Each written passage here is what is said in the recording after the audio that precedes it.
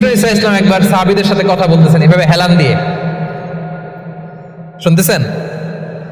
বিশ্বনবী হেলান দিয়ে বলেন, আলা উনাব্বিউকুম বিআকবারিল কাবায়ের, সবচেয়ে বড় কবিরা গুনাহ কোনটা তোমরা জানো নাকি?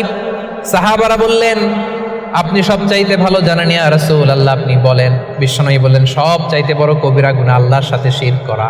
হেলান দিয়ে। 2 নম্বরে উকুকুল ওয়ালিদাইন, মাতা পিতার অবাধ্য হওয়া। 3 নম্বরটা যখন বলবেন হেলান থেকে উঠতে নেবেন, সিরিয়াস।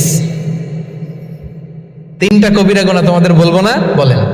2টা বলছে হেলান দিয়ে, একটা হচ্ছে আল্লাহর সাথে শিরক করা, 2 নাম্বার হচ্ছে মাতা পিতার অবাধ্য হওয়া। 3 নম্বরটা যখন বলবেন, ওয়াকানা মুত্তাকিয়ান, তিনি হেলান দেওয়া ছিলেন, ফাজালাসা, সিরিয়াস হয়ে বসলেন।